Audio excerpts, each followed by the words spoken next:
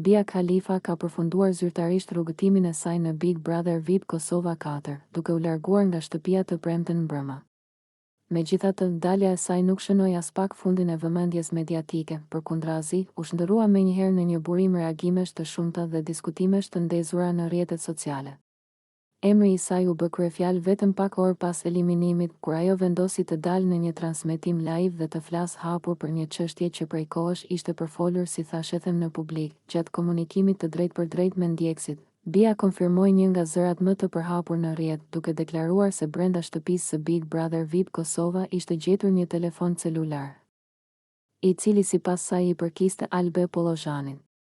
Ky informacion kishte qarkulluar më herët në platforma si TikTok dhe Instagram, por deri në atë moment nuk ishte konfirmuar zyrtarisht nga asnjë burim i lidhur me formatin apo produksionin. Ajo theksoi se, pavarësisht se telefoni ishte zbuluar, situata nuk u trajtua si temë diskutimi brenda shtëpisë dhe nuk pati asnjë sqarim publik, as për banorët dhe as për audiencën.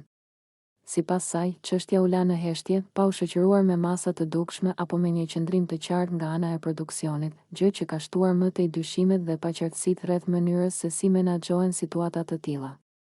Këto deklarata kanë ngritur pikpyetje të mëdha mbi respektimin e rregullave të formatit, veçanërisht kur bëhet fjalë për izolimin total të banorëve dhe ndalimin e çdo kontakti me botën e jashtme, elemente që konsiderohen thelbësore për integritetin e lojës.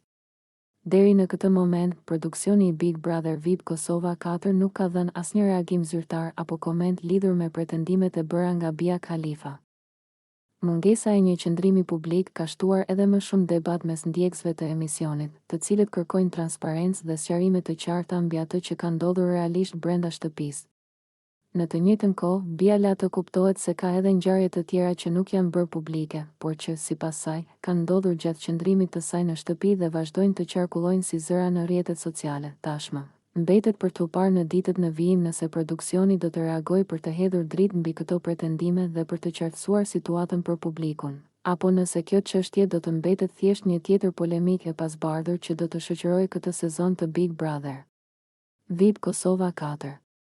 Nëse ju pëlqeu kjo video, shkoni në kanalin e YouTube-it Big VIP Albania Kosova, që e gjeni në bio. Mos harroni që të bëni subscribe dhe të klikoni butonin e ziljes që të informoheni për videot më të reja.